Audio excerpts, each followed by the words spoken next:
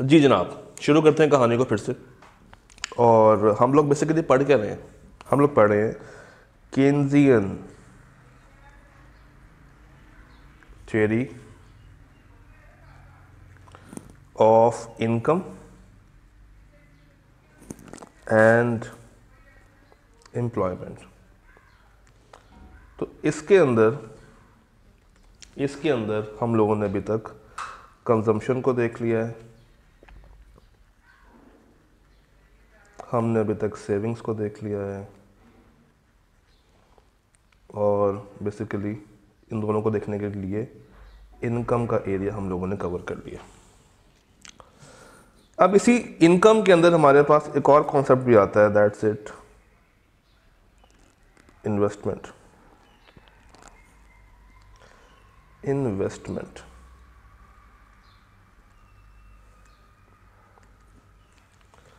Investment कहाँ पे की जाती है? ये लॉ कहता है कि सर इन्वेस्टमेंट आप करेंगे तो आप करेंगे कैपिटल गुड्स के ऊपर। अब ये कैपिटल गुड्स क्या होती हैं? तो टेक्निकली अगर आपको याद हो तो आपने कभी अकाउंटिंग के अंदर नॉन करंट एसेट्स को स्टडी किया था जिनकी लाइफ मोर देन 1 ईयर होती है, यानी कि 1 साल से ज़्यादा ये हमें रेवेन्यू जनरेट करके देते हैं। बिल्डिंग्स,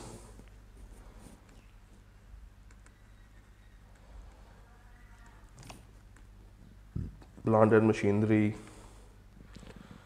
इसके बाद आप कह लें इक्विपमेंट्स। तो हर वो चीज़ जो कि कैपिटल गुड के अंदर आती है उस पे खर्चा करना इन्वेस्टमेंट कहलाता है।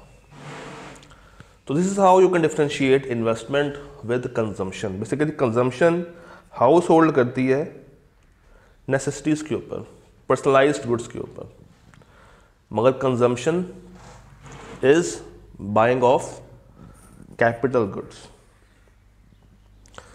फिर ये जो इन्वेस्टमेंट है ये हाउस होल्ड भी कर सकती है और ये आपकी 2 सेक्टर इकोनॉमी के अंदर फर्म भी कर सकती है। तो बिल्डिंग बना लें, रोड्स बना लें, प्लांट ख़रीद लें, मशीनरी ख़रीद लें, कम्युनिकेशन टावर्स बना लें, ये सब क्या है? ये इन्वेस्टमेंट है। और ये हाउस होल्ड भी कर सकती है और फर्म भी कर सकती है। एक्सपेंडिचर जो कि आप घरेलू चीज़ों पे करते हैं वो हाउस होल्ड्स करती हैं, और फर्म्स बेसिकली कैपिटल गुड्स के ऊपर इन्वेस्टमेंट करती हैं और ये हाउस होल्ड्स भी कर सकती हैं। तो ये तो एक नॉर्मल हमारे पास कॉन्सेप्ट आ गया। याद रखने वाली चीज़ में ये है कि ये जो नॉन करंट एसेट्स हैं, लॉ ये कहता है कि ये नए होने चाहिए, ये नए होने चाहिए। इसमें पुराने गुड्स को हम लोग कंसिडर नहीं करेंगे। वो कहता है कि अगर ये ओल्ड है ना, इफ ओल्ड, तो उनके लिए it is just a change of ownership. सिर्फ क्या है? Change in ownership. अगर ये पुराने हैं तो ये नए होने चाहिए, this should be new ones. Investment का भी सर वही फंक्शन है, यहां पे भी I is equal to F Y, और ये है I naught plus M Y. आप एम वाई लिख लें, आप आई वाई लिख लें, मुख्तलिफ बुक्स के अंदर मुख्तलिफ चीज़ें यूज़ होती हैं, अल्फ़ाबेट्स आप चेंज कर सकते हैं, इससे कोई ख़ास फ़र्क नहीं पड़ता, मगर रूल वही है, आई नॉट इज़ ऑटोनोमस। और नीचे वाला ये जो है ये इंड्यूस नहीं, यहाँ पे ये कहलाता है नेशनल आउटपुट,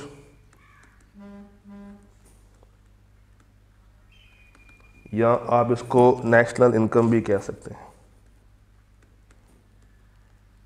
आप इसको नेशनल इनकम भी कह सकते हैं। और एम क्या है? Basically M is marginal propensity. ये वही रूल है, ये है मार्जिनल प्रोपेंसिटी।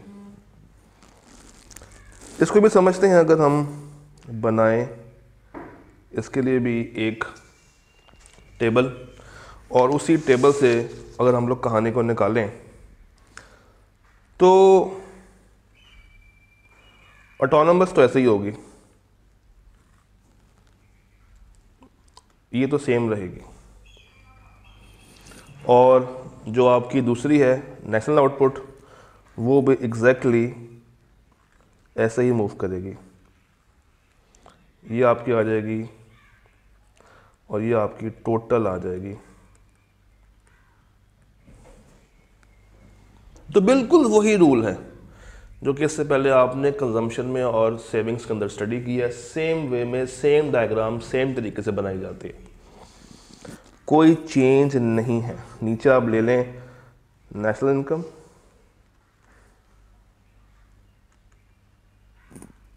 और ऊपर आप ले लें इन्वेस्टमेंट, बिल्कुल सेम है, कुछ फर्क नहीं है। तो फिर मुश्किल बात क्या है? कुछ भी नहीं। एक कॉन्सेप्ट है जो कि यहां पर छुपा है, इसके दो अदद डिटर्मिनेंट्स हैं जिसको लॉ एक्सप्लेन करने में इंटरेस्टेड है। केन्स कहता है कि इसको डिटर्मिन कर लेना आपके लिए, आपके पास इसको डिटर्मिन करने के लिए you have two factors. Number one MEC, इसे कहते हैं marginal efficiency of capital. Marginal efficiency of capital, and दूसरा है आपके पास मार्केट, दूसरा है आपके पास मार्केट रेट ऑफ इंटरेस्ट। एक मार्जिनल एफिशिएंसी ऑफ कैपिटल है और दूसरा है market rate of interest. Let's study कि इसके ये जो दोनों डिटर्मिनेंट्स हैं ये कैसे यहाँ पे किस तरीके से काम करेंगे। एक स्लाइड यूज़ करते हैं ये वाली जिस पे कम लिखा है जी। किताब के अंदर थोड़ा सा इसको घुमा के लिखा हुआ है, तो आई वुड लाइक के आप इसको नोट कर लीजिएगा। Marginal efficiency of capital,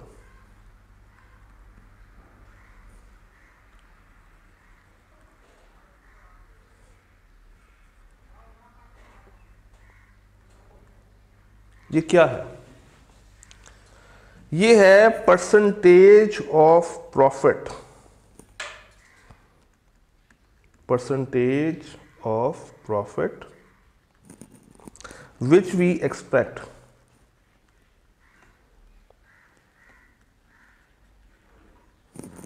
from new capital.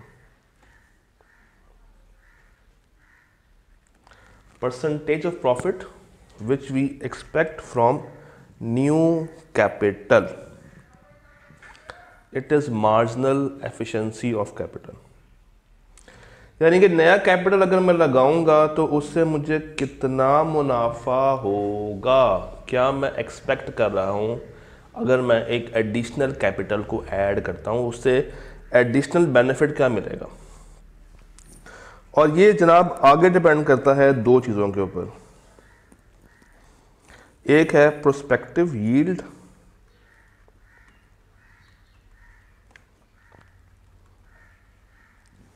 और एक है supply price. Prospective yield, supply price, इसको हम कह देते हैं PY, इसको हम कह देते हैं SP। प्रोस्पेक्टिव यील्ड और सप्लाई प्राइस। अब दोनों को डिफाइन करते हैं, what is prospective yield and what is supply price. जनाब प्रोस्पेक्टिव यील्ड क्या है? ये है total expected revenue from assets over it's useful life. यानी कि वो एसेट्स जो मैंने नया लिया है वो मुझे क्या कमा के दे के जाएगा अपनी यूजफुल लाइफ में। Total expected return of asset over it's useful life. Total expected return of asset over it's useful life. और सप्लाई प्राइस क्या है सर? ये है कॉस्ट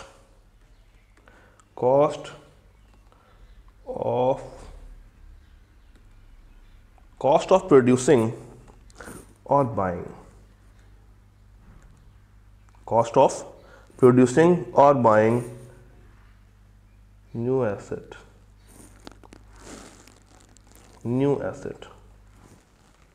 नया एसेट बाय करने के जो पैसे हैं, जो कॉस्ट है, और उस नए एसेट से मुझे क्या रिटर्न मिलेगा, दैट इज प्रोस्पेक्टिव यील्ड।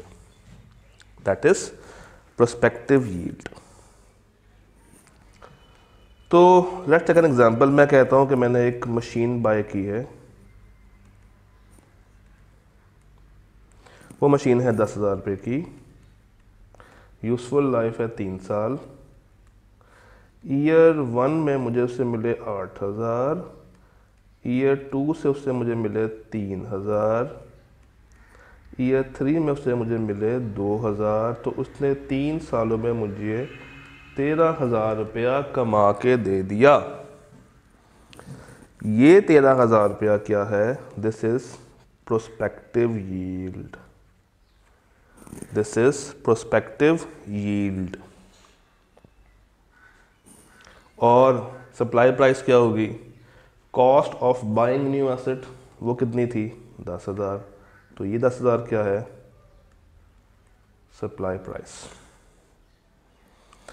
तो marginal efficiency of capital depend करता है इन दो चीज़ों पे, यील्ड के ऊपर और सप्लाई प्राइस के ऊपर। पहली बात। अब जो सेकंड कॉन्सेप्ट हमारे पास अवेलेबल है, that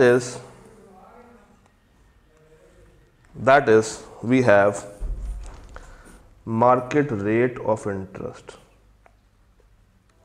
market rate of interest,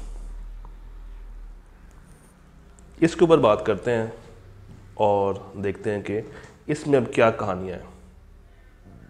तो सर मार्केट रेट के अंदर, मार्केट रेट ऑफ इंटरेस्ट के अंदर हमने देखना है कि अगर हम पैसा उधार पे बाय कर रहे हैं, अगर मैं पैसा ले रहा हूँ मार्केट से, तो वो पैसा मुझे कितने सूद पे मिल रहा है, वो पैसा मुझे कितने सूद पे मिल रहा है, उसका रेट ऑफ रिटर्न क्या है, उसका रेट ऑफ रिटर्न क्या है, ROI क्या है, रिटर्न ऑफ इन्वेस्टमेंट क्या है।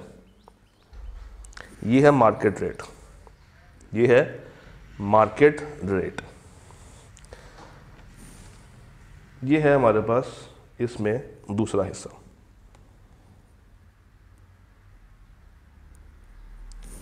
मगर इसको टच करने से पहले ज़रा पहले ऊपर हम लोग पूरा कर लेते हैं मार्जिनल एफिशिएंसी ऑफ कैपिटल को। तो अगर मैं इसको दोबारा से डिफाइन करूं आपके सामने, if I define it again,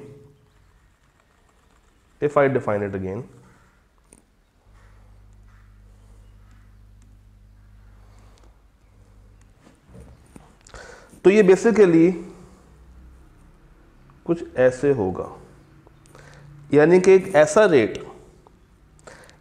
rate जहां पे यील्ड बराबर हो जाए सप्लाई प्राइस के, मेरी यील्ड बराबर हो जाए सप्लाई प्राइस के। हमने क्या कहा था, इन्वेस्टमेंट्स के दो फैक्टर्स हैं, एक MEC और दूसरा रेट ऑफ इंटरेस्ट। तो अभी हम पहले फैक्टर के ऊपर ही बात कर रहे हैं। पहले फैक्टर के अंदर मजीद दो फैक्टर्स हैं जो कि उसको डिटरमिन कर रहे हैं, एक प्रोस्पेक्टिव यील्ड और दूसरा supply price. Okay, now let's take some example. हमने लेट्स से सप्लाई प्राइस है, एक एसेट परचेज किया है 3,000 रुपये का, यूजफुल लाइफ है 2 साल। ईयर 1 में और ईयर 2 में मुझे उसने क्या कमा के दिया, ईयर 1 में उसने मुझे कमा के दिया 1100, ईयर 2 में से मुझे कमा के दिया 2420। अब ये चीज़ें किताब में एज सच अवेलेबल नहीं है, ये समझा रहा हूँ ताकि आपको ये टॉपिक समझ आ जाए।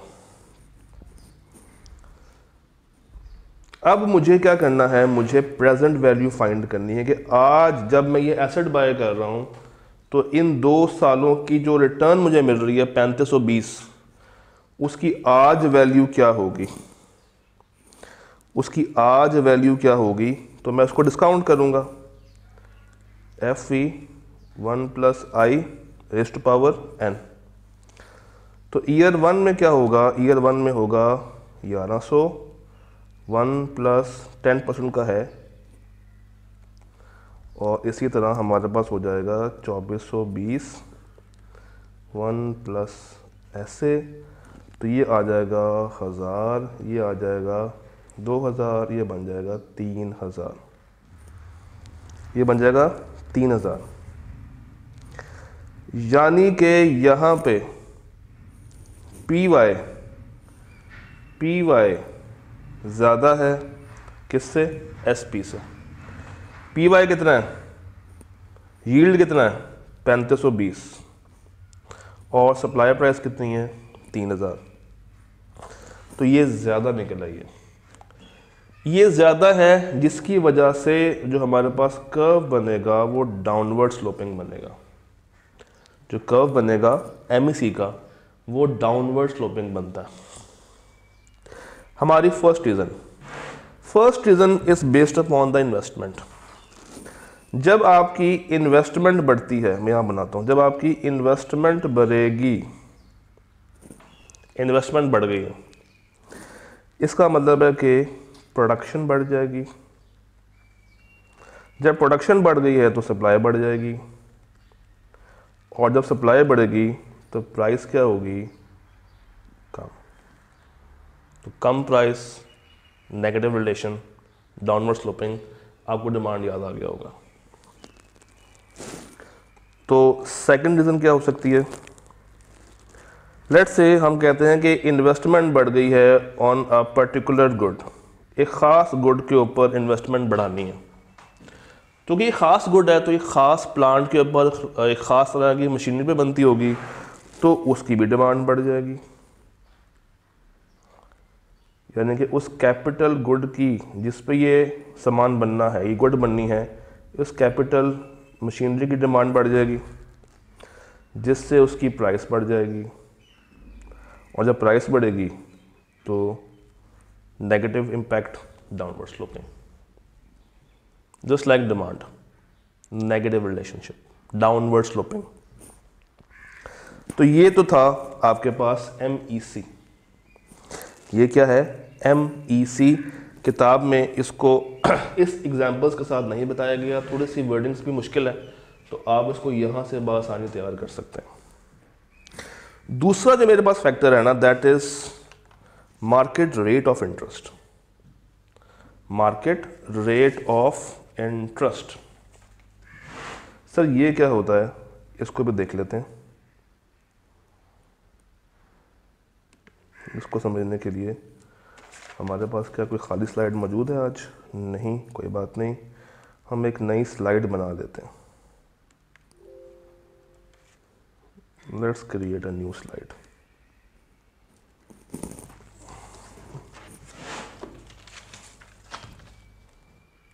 जी, एक नई स्लाइड आ गई मेरे पास।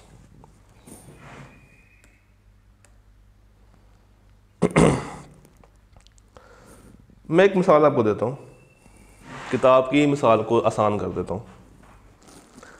किताब ने कहा है कि मिस्टर जैन एक शख्स है और उसके आगे दो सिनेरियोस खड़े कर दिए हैं, सिनेरियो ए, सिनेरियो बी। सिनेरियो ए में किताब कहती है कि उसने लाख रुपया उधार लिया है बैंक से और बैंक ने कहा है कि हम तुमसे इंटरेस्ट चार्ज करेंगे 4% का, यानी कि साल का हो गया 4000, साल का हो गया 4000। ये पैसा उसने आगे इन्वेस्ट कर दिया और आगे उसको 6% पे इंटरेस्ट मिला, यानी कि साल का 6000। तो कितना कमा लिया उसने? 6000 कमाया, 4000 दे दिया। अगर मैं नेट करूँगा तो ये बन जाएगा 2000। 6 कमा के 4 दे दिया तो 2000 बच गया। और अगर बैंक इस रेट को बढ़ा के 8% कर दे, यानी कि बैंक को देना पड़े 8000 और आप कमा रहे हैं 6000, तो इसका मतलब है कि अगर मैं ऐसे देखूं तो ये नेट लॉस में होगा जैन। और नेट लॉस कितना कमाएगा? 2000 रुपये का। तो ये नुकसान में जा रहा है, ये घाटे में जा रहा है, ये अपना कैश बर्न करेगा, ये अपनी जेब से पैसे देकर आएगा। दूसरा केस, ये लाख रुपया इसका अपना ही है, ये लाख रुपया अपना है, ज़ाती है, यानी कि इसके ऊपर इसने किसी को इंटरेस्ट नहीं देना। तो लेट्स से अगर ये बैंक में रखवाए तो उसको मिलेगा 4%, यानी कि 4000। मार्केट में इन्वेस्ट कर रहा है, उसको मिल रहा है 6%, 6000। तो 6000 रुपया मार्केट से ले रहा है, अगर बैंक में रखवाता तो 4 मिलता। कितना कमा रहा है बैंक से ऊपर? 2000। और अगर बैंक अचानक से उसको 8% कर दे, जो कि उसको मिलता 8000, मगर इसने मार्केट में लगाया हुआ है 6% के ऊपर, 6000 रुपया उसको मिल रहा है, तो इसका मतलब है कि इसको मार्केट से ये पैसा निकाल के बैंक में दे देना चाहिए, ताकि अपना ये लॉस जो अभी वो कवर कर रहा है 2000 रुपये का, वो ख़त्म किया जा सके। तो रूल ये है कि एक आपने MEC के अंदर रेट निकाला है, डिस्काउंट रेट निकाला है, और एक रेट आपको यहां पे मिलेगा, मार्केट रेट ऑफ इंटरेस्ट। अब ये चीज़ किताब में ऐसा नहीं है, मगर आप नोट कर लें। अगर तो आपका MEC ज़्यादा है ROI से, रेट ऑफ इंटरेस्ट से, तो ये अच्छी चीज़ है। अगर MEC बराबर है ROI के, तो ये ब्रेक इवन है, ये ब्रेक इवन है। और अगर MEC लेस है ROI से, तो यहाँ पे आपको इन्वेस्टमेंट नहीं करनी चाहिए, नॉट डू इन्वेस्टमेंट। यहाँ पे डू इन्वेस्टमेंट। ग्राफिकल देखो ना, तो ROI वुड बी कांस्टेंट और MEC लेकर आएगा ऊपर से नीचे, जितना पोर्शन ऊपर है, यानी कि A पॉइंट से लेके B पॉइंट तक, यहाँ पे MEC ज़्यादा है ROI से। पॉइंट B कहता है MEC बराबर है ROI, और पॉइंट C कहता है कि भाई MEC कम है फ्रॉम ROI, तो यहाँ पे मुझे इन्वेस्टमेंट करनी चाहिए, ये ब्रेक इवन है, और यहाँ पे मुझे इन्वेस्टमेंट नहीं करनी चाहिए। तो ये इस तरीके से आपको अंडरस्टैंड होती है। किताब के अंदर बहुत ही कॉम्प्लेक्स करके लिखा गया है, तो आप यहाँ से इसको अंडरस्टैंड कर सकते हैं। फिर इस कर्व में शिफ्ट्स भी आते हैं। आपका मूड बदल जाए, वेज रेट बदल जाए, इनकम बदल जाए, ग्रोथ बदल जाए, टैक्स रेट बदल जाए, तो हम लोग कुछ फैक्टर्स को सेम करके चलते हैं। किताब कहती है कि अगर आपके सेंटिमेंट्स चेंज हो जाएं, अगर आपके सेंटिमेंट्स चेंज हो जाएं, आप ओवर ऑप्टिमिस्टिक हो जाएं, तो आप ज़्यादा इन्वेस्टमेंट करना शुरू कर देते हैं। वेज रेट चेंज हो गई है, राइज कर गई है, जब वेज बढ़ेगी तो कॉस्ट ऑफ प्रोडक्शन बढ़ेगी। तो अगर मेरी कॉस्ट ऑफ प्रोडक्शन बढ़ रही है, अगर मेरी कॉस्ट ऑफ प्रोडक्शन बढ़ रही है तो इन्वेस्टमेंट मेरी क्या हो जाएगी, गिर जाएगी, डिक्रीज होनी शुरू हो जाएगी। इनकम बढ़ेगी तो मैं इसको बढ़ा लूँगा। पॉपुलेशन बढ़ रही है, इन्वेस्टमेंट बढ़ानी पड़ेगी। अगर गुड्स ऑलरेडी मौजूद हैं, एग्जिस्ट कर रही हैं, तो मैं क्या करूँगा, अगर तो सब्सटीट्यूट्स के ऊपर पैसा लगाया जा सकता है तो लगा दूँगा, और अगर वो पहले से मौजूद हैं तो फिर फ़ायदा नहीं है, फिर उनके ऊपर इन्वेस्ट नहीं करना। और अगर टैक्सेस बढ़ रहे हैं, कॉस्ट बढ़ रही है, तो मैं इसको हाथ से खींच लूँगा। तो ये कुछ चीज़ें हैं। फिर गवर्नमेंट का रोल भी है। गवर्नमेंट इंटरेस्ट रेट को मॉनिटर करती है, गवर्नमेंट बिजनेस को कॉन्फिडेंस बूस्ट करती है, इनकरेज करती है, टेक्नोलॉजी देती है। तो ये सारी चीज़ें आप एक दफ़ा रीड कर सकते हैं। तो चैप्टर 7 के 3 यूनिट्स यही बात करते हैं, कंजम्पशन, सेविंग और इन्वेस्टमेंट।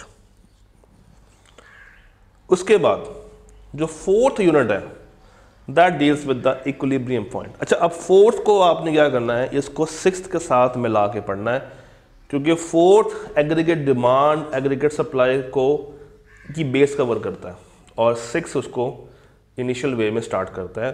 तो इसी तरह 7 से होके आपने 6 पे जाना है, और वापस से 7 पे आके उसको राउंड बना के एंड कर देना। So this was the end of chapter number 7। अब आपसे मुलाकात होगी 6 के अंदर। तब तक के लिए अल्लाह हाफ़िज़।